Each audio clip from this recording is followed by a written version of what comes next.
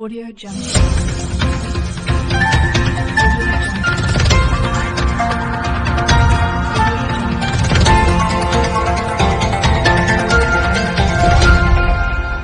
Audio Jungle.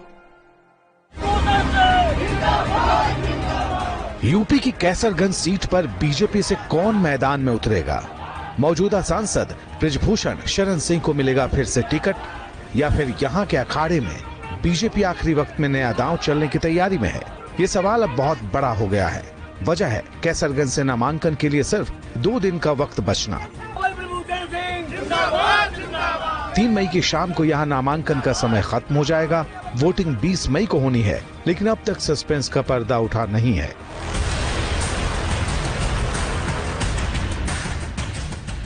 Kaiserganj Ayodhya से सिर्फ 100 kilometre की दूरी पर है। राज्य की सियासत का बड़ा सेंटर है। बृजभूषण शरण सिंह यहाँ बीजेपी के सबसे दमदार नेता भी हैं और दावेदार भी, लेकिन उन पर महिला पहलवानों के यौन शोषण के गंभीर आरोप हैं।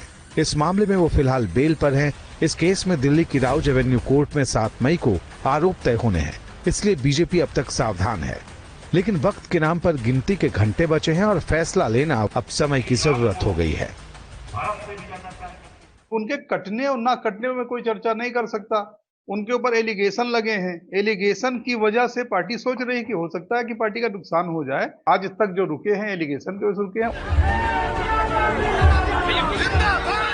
दिलचस्प तो यह है कि कैसरगंज से अब तक एसपी और बीएसपी ने भी अपने पत्ते नहीं खोले हैं। दोनों दलों ने उम्मीदवार घोषित नहीं किया है। समाजवादी पार्टी तो साफ कह रही कि उसे बीजेपी के फैसले का इंतजार है। भाजपा ने अगर ठाकुर दिया तो हमें ब्राह्मण देना है, उन्होंने ब्राह्मण दिया तो ठाकुर देना है, उन्होंने बैकवर्ड दिया तो मुझे दलित देना है। हमारे यहाँ 5 नाम की चर्चा। बीजेपी ने कैसरगंज के साथ ही रायबरेली सीट पर भी अब तक उम्मीदवार घोषित नहीं किया है। वजह है कांग्रेस की तरफ से प्रत्याशी का ऐलान नहीं होना।